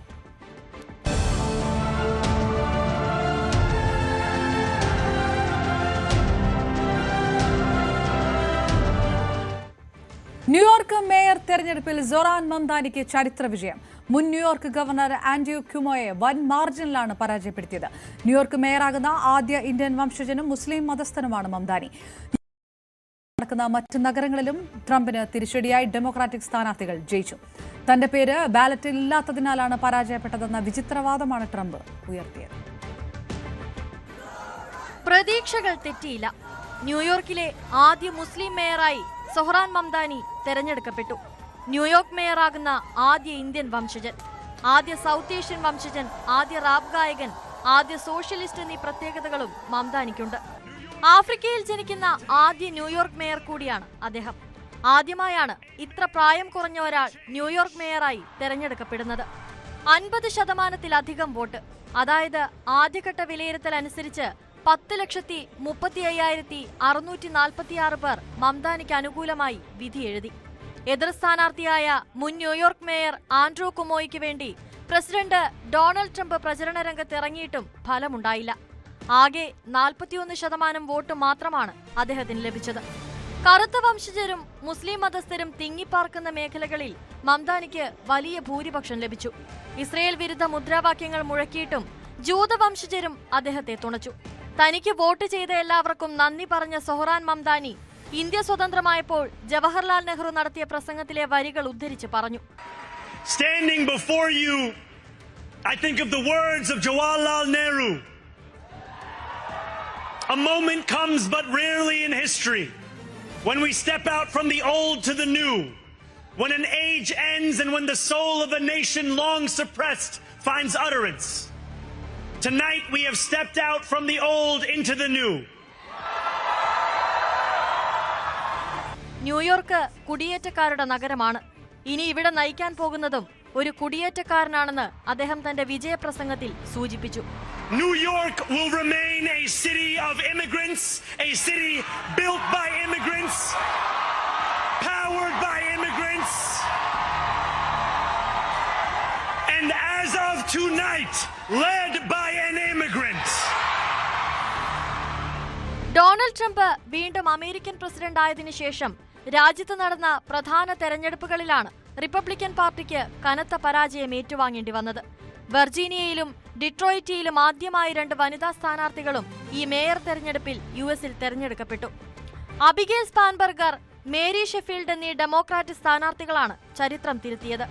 ന്യൂജേഴ്സി മേയറായി ഡെമോക്രാറ്റിക് സ്ഥാനാർത്ഥി മിക്കി ഷെറിനും വിജയിച്ചു. വെർജീനിയ ലഫ്റ്റനന്റ് ഗവർണർ തെരഞ്ഞെടുപ്പിൽ മറ്റൊരു ഇന്ത്യൻ വംശജയായ ഡെമോക്രാറ്റിക് സ്ഥാനാർത്ഥി ഗസാല ഷാഹ്മിയും വിജയം തൊട്ടു.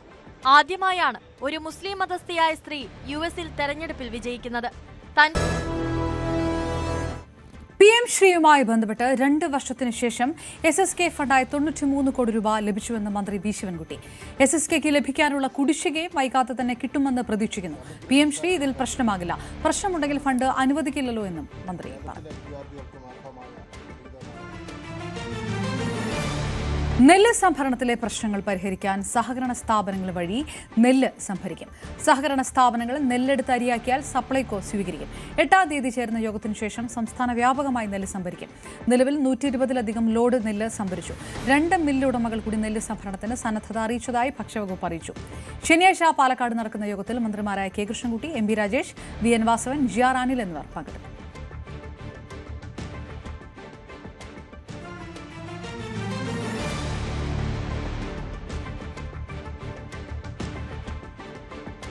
നടൻ ദുൽഖർ സൽമാന് ഉപഭോക്തൃ തർക്ക പരിഹാര കമ്മീഷൻ നോട്ടീസ്. പത്തനംതിട്ട ഉപഭോക്തൃ തർക്ക പരിഹാര കമ്മീഷനിൽ ഹാജരാകണമെന്നാവശ്യപ്പെട്ടാണ് നോട്ടീസ്. പത്തനംതിട്ട വള്ളിക്കുടി സ്വദേശി PN ജയരാജൻ ഫയൽ ചെയ്ത ഹർജിയിലാണ് commission notice. Rose brand biryani അരിയിൽ നിന്ന് ഭക്ഷ്യവിഷബാധയുണ്ടായതുമായി ബന്ധപ്പെട്ട പരാതിയിലാണ് നടപടി. ശശി നാരായണൻ ചേർന്നു. ശശി, വിവരങ്ങൾ എന്താണ്? ഇതുമായി പരസ്യങ്ങൾ നൽകുന്നതുമായി ബന്ധപ്പെട്ട് ഇതിനു മുൻപും ചലച്ചിത്ര താരങ്ങൾക്കെതിരെ ഈ തരത്തിലുള്ള ഹർജികൾ ഉണ്ടായിട്ടുണ്ട്. ഏത് തരത്തിലാണ് കണക്കാക്കുന്നത്? അപർണ, തീർച്ചയായിട്ടും അത് തന്നെയാണ്. കാരണം റോസ് ബ്രാൻഡ് ബിരിയാണി റൈസിന്റെ മാനേജിംഗ് ഡയറക്ടറും ഒപ്പം ബ്രാൻഡ് അംബാസിഡറുമായ ദുൽഖർ സൽമാൻ ഈ വരുന്ന ഡിസംബർ 3-ാം തീയതിയാണ് പത്തനംതിട്ട ഉപഭോക്തൃ തർക്ക പരിഹാര കമ്മീഷനിൽ ഹാജരാകാൻ നോട്ടീസ് നൽകിയിട്ടുള്ളത്. പ്രധാനമായും പറയുന്ന ഒരു പരാതി എന്ന് പറയുന്നത് പത്തനംതിട്ട വള്ളിക്കോട് സ്വദേശിയായ ജയരാജ് നൽകിയ പരാതിയിലാണ് ഈ ദുൽഖർ സൽമാനെ ഇപ്പോൾ പത്തനംതിട്ട ഉപഭോക്തൃ തർക്ക പരിഹാര കമ്മീഷനിൽ ഹാജരാവാൻ നോട്ടീസ് അയച്ചിട്ടുള്ളത്. അതിന് പ്രധാനമായും ഈ റോസ് ബ്രാൻഡ് ബിരിയാണി അരി വാങ്ങി അത് വിവാഹത്തിന് വേണ്ടി ഒരു സദ്യ ഒരുക്കുന്ന കാറ്ററിംഗ് സർവീസ് നടത്തുന്ന ആളാണ് ഈ ജയരാജ്. അങ്ങനെ കാറ്ററിംഗ് സർവീസിന് സദ്യ നടത്തിയ സമയത്ത് ഈ റോസ് ലാൻഡ് അരി വെച്ചാണ് ബിരിയാണി വെച്ചത്. പക്ഷെ അത് ഭക്ഷ്യവിഷബാധ ഉണ്ടാവുകയും അതിൽ വലിയ നഷ്ടം സംഭവിക്കുകയും ചെയ്തു. അതിന് പ്രകാരം ഈ കാറ്ററിംഗ് സർവീസുകാരനായ ജയരാജിനെതിരെ ആ വീട്ടുകാർ ഈ ഭക്ഷ്യവകുപ്പിന് പരാതി നൽകുകയും അദ്ദേഹത്തിന് അത്തരത്തിലൊരു നഷ്ടപരിഹാരമൊക്കെ നൽകേണ്ടതായി വന്നു. അതുകൊണ്ട് തന്നെയാണ് അദ്ദേഹം ഇതിനെതിരെ ഒരു പരാതിയായി വന്നിരിക്കുന്നത്. കാരണം ഈ റോസ് ബ്രാൻഡ് ബിരിയാണിയുടെ ഒരു പരസ്യത്തിലും അപ്പോൾ അതിന്റെ ബ്രാൻഡ് അംബാസഡർ കൂടിയാണ് ദുൽഖർ സൽമാൻ. അദ്ദേഹത്തിന്റെ ഈ ഒരു സെലിബ്രിറ്റിയായ അദ്ദേഹത്തിന്റെ പരസ്യം കണ്ടാണ് പലപ്പോഴും ഇത്തരം ആളുകൾ ഇത്തരം സാധനങ്ങളൊക്കെ പലപ്പോഴും വാങ്ങുന്നത്. അതിന് കാരണക്കാരനായ ഒരു വ്യക്തി എന്ന നിലയ്ക്ക് തന്നെയാണ് ഈ നടനെ കൂടി ഇതിനകത്ത് പരാതിയിൽ ഉൾപ്പെടുത്തിക്കൊണ്ട് ഇപ്പോൾ പരാതി നൽകിയിരിക്കുന്നത്. എന്തായാലും 2ാം പ്രതി എന്ന നിലയ്ക്കാണ് കൊടുത്തിട്ടുള്ളത്. മാനേജിംഗ് ഡയറക്ടറാണ് 1ാം പ്രതി. എന്തായാലും ദുൽഖറിനെ 2ാം പ്രതിയായി ചേർത്താണ് ഈ ഉപഭോക്തൃ തർക്ക പരിഹാര കമ്മീഷനിൽ ഇപ്പോൾ പരാതിയായിട്ട് നൽകിയിട്ടുള്ളത്. എന്തായാലും വരുന്ന ഡിസംബർ 3-ാം തീയതിയാണ് പത്തനംതിട്ടയിൽ ഹാജരാകാൻ 2 പേർക്ക് നോട്ടീസ് നൽകിയിട്ടുള്ളത്. നഷ്ടപരിഹാരമായി 5 ലക്ഷം രൂപ കൂടി ഈ പരാതിക്കാരൻ ആവശ്യപ്പെട്ടിട്ടുണ്ട്. അത് പരിഹരിക്കാനുള്ള നടപടിയിലേക്കായിരിക്കും ഈ 2 പേരും ഇവിടെ എത്തണമെന്ന് കമ്മീഷൻ ആവശ്യപ്പെട്ടിട്ടുള്ളത്. മുസ്ലിം പുരുഷന്റെ 2ാം വിവാഹം രജിസ്റ്റർ ചെയ്യാൻ ആദ്യ ഭാര്യയുടെ ഭാഗം കേൾക്കണമെന്ന സുപ്രധാന നിരീക്ഷണവുമായി ഹൈക്കോടതി. ആദ്യ ഭാര്യ 2ാം വിവാഹത്തെ എതിർത്താൽ വിവാഹ രജിസ്ട്രേഷൻ അനുവദിക്കരുതെന്നും കോടതി നിർദ്ദേശം. 2ാം വിവാഹ രജിസ്ട്രേഷൻ നിഷേധിച്ച പഞ്ചായത്തിന്റെ നടപടിക്കെതിരെ കണ്ണൂർ സ്വദേശികൾ നൽകിയ ഹർജി തള്ളിയാണ് ജസ്റ്റിസ് PV കുഞ്ഞികൃഷ്ണന്റെ നിരീക്ഷണം. മുസ്ലിം യുവാക്കൾക്ക് 2ാമത്തെ വിവാഹം രജിസ്റ്റർ ചെയ്യണമെങ്കിൽ ആദ്യ ഭാര്യയെ കൂടി കേൾക്കണമെന്നാണ് ഹൈക്കോടതി ഉത്തരവിട്ടിരിക്കുന്നത്. പ്രത്യേകിച്ചും 2ാമത്തെ വിവാഹം 2008 സ്പെഷ്യൽ മാരേജ് ആക്ട് പ്രകാരം രജിസ്റ്റർ ചെയ്യണമെന്ന സാഹചര്യമുണ്ടെങ്കിൽ അതിൽ ആദ്യ ഭാര്യയുടെ വിയോജിപ്പുണ്ടെങ്കിൽ അത് കേൾക്കണം, അത് കോടതിയിലെത്തണം. അതിൽ രജിസ്ട്രാർക്ക് തീരുമാനമെടുക്കാൻ കഴിയില്ല എന്ന് തന്നെയാണ് കോടതിയുടെ നിർദ്ദേശം. അതായത് ആദ്യ ഭാര്യയുടെ മാനസിക ബുദ്ധിമുട്ടുകളെ കാണാതെ പരിഗണിക്കാതെ പോകാനാകില്ല എന്ന് തന്നെയാണ് കോടതി പറഞ്ഞിട്ടുള്ളത്. അവർക്ക് എതിർപ്പുണ്ടെങ്കിൽ അവരുടെ അനുമതി തേടണം. അതിൽ അവർക്ക് എതിർപ്പുണ്ടെങ്കിൽ അക്കാര്യവും പരിഗണിക്കേണ്ടതാണ് എന്ന് തന്നെയാണ് ജസ്റ്റിസ് PV കുഞ്ഞികൃഷ്ണന്റെ ബെഞ്ചിന്റെ ഉത്തരവ്. അങ്ങനെയാണ്. എന്തായാലും ഈ മതം എന്ന് പറയുന്ന കാര്യം ഇന്ത്യയിൽ 2ാമത്തെ ഘടകമാണ്.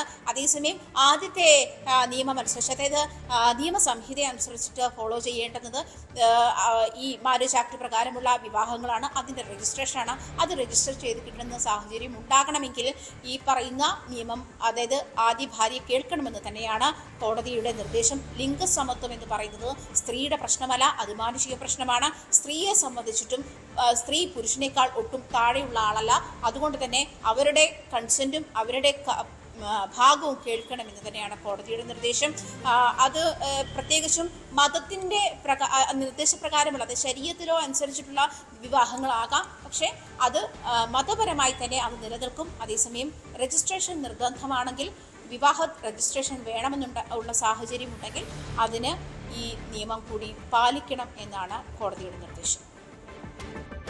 അങ്കമാലി കറുകുറ്റിയിൽ 6 മാസം പ്രായമുള്ള കുഞ്ഞിനെ കഴുത്തറുത്ത് കൊല്ലപ്പെട്ട നിലയിൽ കണ്ടെത്തിയ സംഭവത്തിൽ കുട്ടിയുടെ അമ്മൂമ്മ പോലീസ് കസ്റ്റഡിയിൽ. വിഷാദരോഗത്തിന് മരുന്ന് കഴിക്കുന്നവരെ ആരോഗ്യനില മോശമായതിനെ തുടർന്ന് ആശുപത്രിയിൽ പ്രവേശിപ്പിച്ചിരിക്കുകയാണ്. ആന്റണി റൂത്ത് ദമ്പതികളുടെ മകളായ 6 മാസം പ്രായമുള്ള ഡെൽന മരിയ സാറ എന്ന കുട്ടിയാണ് കൊല്ലപ്പെട്ടത്. കുട്ടിയുടെ മൃതദേഹം തുടർ നടപടികൾക്കായി ആശുപത്രി മോർച്ചറിയിലേക്ക് മാറ്റി. ഇന്ന് രാവിലെ ആണ് അങ്കമാലി കറുകുറ്റിയിലൂടെ ഈ ദാരുണമായ സംഭവം ഉണ്ടാകുന്ന ഉള്ള വീട്ടിൽ, കറുകുറ്റിയിൽ ഇവിടെയുള്ള വീട്ടിൽ രാവിലെ അമ്മൂമ്മ കുട്ടിയുമൊത്ത് ഉറങ്ങുകയായിരുന്നു എന്നാണ് പറഞ്ഞിരുന്നത്. പിന്നീട് അമ്മ ഇവിടേക്ക് എത്തുമ്പോൾ, തൊട്ടടുത്ത മുറിയിൽ നിന്ന് അടുക്കളയിൽ നിന്നും അമ്മ ഇവിടേക്ക് എത്തുമ്പോഴാണ് ഈ രീതിയിൽ കുഞ്ഞിനെ വലിയ രീതിയിൽ കഴുത്തിൽ ചോരയൊലിക്കുന്ന രീതിയിലേക്ക് കണ്ടെത്തുകയും ചെയ്തത്. അപ്പോൾ തുടർന്ന് അമ്മയുടെ കരച്ചിൽ കേട്ടാണ് അടുത്ത വീട്ടിൽ നിന്നുമെല്ലാം തന്നെ ആളുകൾ ഇവിടേക്ക് എത്തുന്നത്. തുടർന്ന് ആശുപത്രിയിലേക്ക് കൊണ്ടുപോവുകയായിരുന്നു. ആശുപത്രിയിൽ എത്തുമ്പോഴേക്കും തന്നെ കുട്ടിയുടെ മരണം സ്ഥിരീകരിച്ചിരുന്നു. ആന്റണി റൂത്ത് ദമ്പതികളുടെ മകളാണ്, 2ാമത്തെ കുട്ടിയാണ് ഡെൽന മരിയ സാറ. മൂത്ത ഒരു കുട്ടി അംഗനവാടിയിൽ പഠിക്കുന്ന കുട്ടിയാണ്. ഇവരിവിടെ വന്ന് സ്ഥലം വാങ്ങിച്ച വീട് പണിത് കുറേ നാളുകളെ 10 വർഷത്തിലധികമായി ഇവിടെ താമസിക്കുന്നു എന്നാണ് പരിസരവാസികൾ പറയുന്നത്.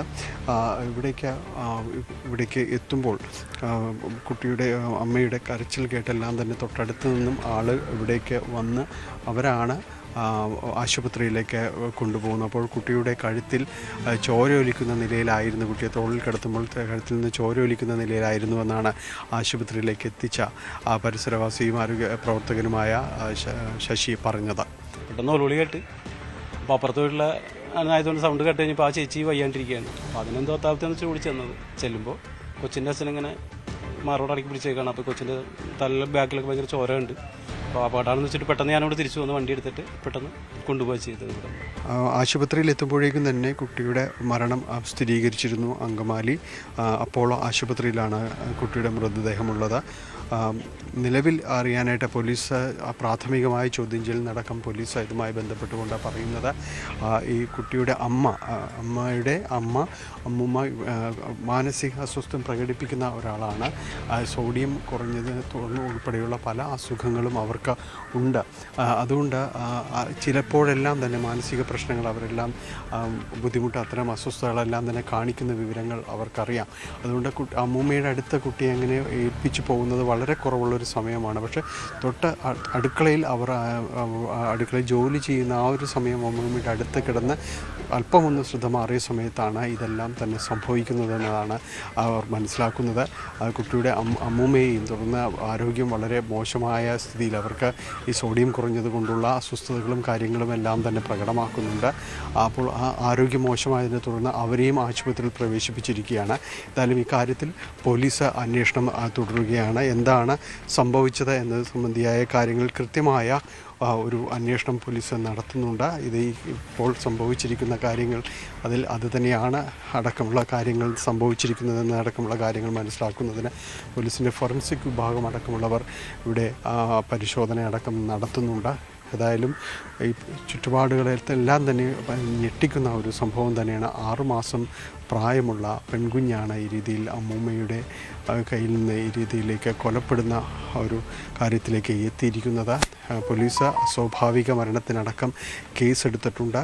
ഇനി മറ്റ് പരിശോധനകൾ, ഫോറൻസിക് പരിശോധനകളടക്കം പൂർത്തിയാക്കുമ്പോൾ അതിൻ്റെ കൂടി റിപ്പോർട്ടിൻ്റെ അടിസ്ഥാനത്തിലായിരിക്കും അത് ഏത് രീതിയിലേക്ക് കേസിൻ്റെ വകുപ്പുകൾ മാറുന്നതടക്കമുള്ള കാര്യങ്ങൾ ഏതായാലും തീരുമാനിക്കുന്നത്. വളരെ ഞെട്ടലുണ്ടാക്കിയ ഒരു സംഭവമാണ് അങ്കമാലിയിൽ നടന്നിരിക്കുന്നത്. ക്യാമറമാൻ കെ പി ധനേഷിനൊപ്പം ഡാനി പോൾ, ന്യൂസ് 18. കണ്ണൂർ കുറുമാത്തൂരിൽ 2 മാസം പ്രായമുള്ള കുഞ്ഞിന്റെ മരണം കൊലപാതകമെന്ന് സ്ഥിരീകരിച്ചു. അമ്മ മുബഷീറയുടെ അറസ്റ്റ് രേഖപ്പെടുത്തി. ഈ തിങ്കളാഴ്ചയാണ് വീട്ടിലെ കിണറ്റിൽ വീണ് കുഞ്ഞ് മരിച്ചത്. വിവരങ്ങളുമായി സുമേഷ് മൊറാഴ ചേരുന്നു. സുമേഷ്, അപകടമാണ് സംഭവിച്ചത് എന്നുള്ള വാദങ്ങൾ പരിപൂർണമായി തള്ളിക്കൊണ്ട് ഇത് കൊലപാതകമെന്ന് സ്ഥിരീകരിക്കുന്നു. ഇത് സംബന്ധിച്ച് ബന്ധുക്കളുടെ അടക്കം മൊഴി വന്നിരിക്കുന്നു. അതിനെല്ലാം വിരുദ്ധമായിട്ടുള്ള ഒരു സ്ഥിരീകരണം കൂടി ഈ സമയത്ത് വരുമ്പോൾ എന്താണ് സംഭവിച്ചതെന്നാണ് പോലീസ് നിയമം? അപർണ, കുറുമാത്തൂർ പൂക്കോണ്ടിലെ ഹിലാൻ മനസ്സിലെ ജാബിറിന്റെ മകൻ 2 മാസം പ്രായമായ അമിഷ് അല്ലെന്നാണ് ഈ വീടിനോട് ചേർന്ന കിണറ്റിൽ വീഴുകയും തുടർന്ന് സ്വകാര്യ ആശുപത്രിയിൽ ചികിത്സയ്ക്കിടെ മരിക്കുകയും ചെയ്തത്. ഈ കഴിഞ്ഞ തിങ്കളാഴ്ച രാവിലെ 9:30ഓടെയായിരുന്നു ഈ സംഭവം ഉണ്ടാകുന്നത്. അപ്പോൾ തന്നെ ഈ മരണത്തിൽ ദുരൂഹത നാട്ടുകാരും അതുപോലെ തന്നെ പോലീസും സംശയം ഉന്നയിച്ചിരുന്നു. അതായത് ഈ വീടിനോട് ചേർന്നുള്ള കിണറിൽ ആൾമാറയും അതുപോലെ തന്നെ കിണറിന്റെ മുകൾ ഭാഗം ഗ്രില്ലിട്ട് മൂടിയ നിലയിലുമായിരുന്നു. ഈ നിലയിലുണ്ടായിരുന്ന കിണറിൽ അബദ്ധത്തിൽ കുട്ടി വീഴില്ല എന്നുള്ള നിഗമനത്തിൽ തന്നെയായിരുന്നു പോലീസ് ആദ്യം മുതലൊക്കെ ഉണ്ടായിരുന്നത്. തുടർന്നുള്ള അന്വേഷണത്തിലാണ് ഈ പോലീസ് മാതാവ് മുബിഷറയെ പോലീസ് ചോദ്യം ചെയ്യുകയും പ്രതി കുറ്റം സമ്മതിക്കുകയും ചെയ്തത്. അല്പം ഇന്ന് രാവിലെയായിരുന്നു ഈ മുബഷീറുടെ അറസ്റ്റ് പോലീസ് രേഖപ്പെടുത്തിയത്. അല്പം മുമ്പാണ് തളിപ്പറമ്പ് കോടതിയിൽ പ്രതിയെ ഹാജരാക്കുകയും 14 ദിവസത്തേക്ക് റിമാൻഡ് ചെയ്യുകയും ചെയ്തിരിക്കുന്നത്. അപർണ. സുമേഷ്, കൊല്ലം കടക്കലിൽ ലോഡ്ജിന്റെ മുകളിൽ നിന്ന് യുവാവിനെ താഴേക്ക് തള്ളിയിടുന്ന ദൃശ്യം പുറത്ത്. ഇന്നലെ രാത്രിയാണ് കടക്കൽ ഓട്ടോ സ്റ്റാൻഡിലെ ഡ്രൈവറായ അസീമിനെ ഒപ്പമുണ്ടായിരുന്ന ശ്രീകുമാർ കമ്പി കൊണ്ട് അടിച്ച ശേഷം തള്ളിയിട്ടത്. സംഭവത്തിൽ കരവാളൂർ സ്വദേശി ശ്രീകുമാറിനെ പോലീസ് കസ്റ്റഡിയിലെടുത്തു.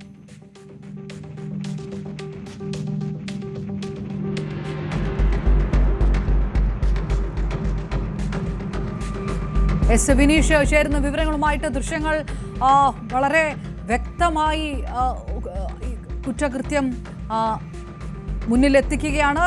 എന്താണ് സംഭവിച്ചത്? ഈ പ്രതി കുറ്റം സമ്മതിച്ചോ? അപർണ, ദൃശ്യങ്ങൾ വളരെ ഭീകരമാണ്. കൊല്ലം കടക്കലിലാണ് ഇത്തരത്തിലൊരു സംഭവം ഉണ്ടായത്. ലോഡ്ജിന് മുകളിൽ നിന്നും യുവാവിനെ താഴെ തള്ളിയിടുന്ന ദൃശ്യമാണ് ഇപ്പോൾ പുറത്തു വന്നിരിക്കുന്നത്.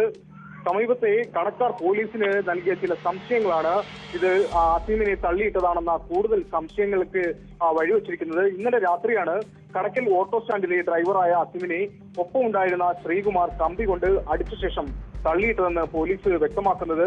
രണ്ടാം നിലയിൽ നിന്നും അസീം താഴേക്ക് വീഴുകയായിരുന്നു. സംഭവത്തിൽ കരവാളം സ്വദേശിയായ ശ്രീകുമാറിനെ പോലീസ് കസ്റ്റഡിയിലെടുത്തിട്ടുണ്ട്. ഗുരുതര പരിക്കേറ്റ അസീം തിരുവനന്തപുരം മെഡിക്കൽ കോളേജിൽ ചികിത്സയിൽ കഴിയുകയാണ്. പറഞ്ഞ സംഭവത്തിൽ പോലീസ് പറയുന്നത് ഇങ്ങനെയാണ്. ലോഡ്ജിൽ ശ്രീകുമാർ മദ്യപിക്കുവാനായി ഒരു മുറി എടുത്തിരുന്നു എന്ന് പറയുന്നുണ്ട്. ഈ ശ്രീകുമാർ അസീമിന്റെ ഓട്ടോറിക്ഷ ഓട്ടം വിളിച്ചു പോകുന്നതും പതിവായിരുന്നു.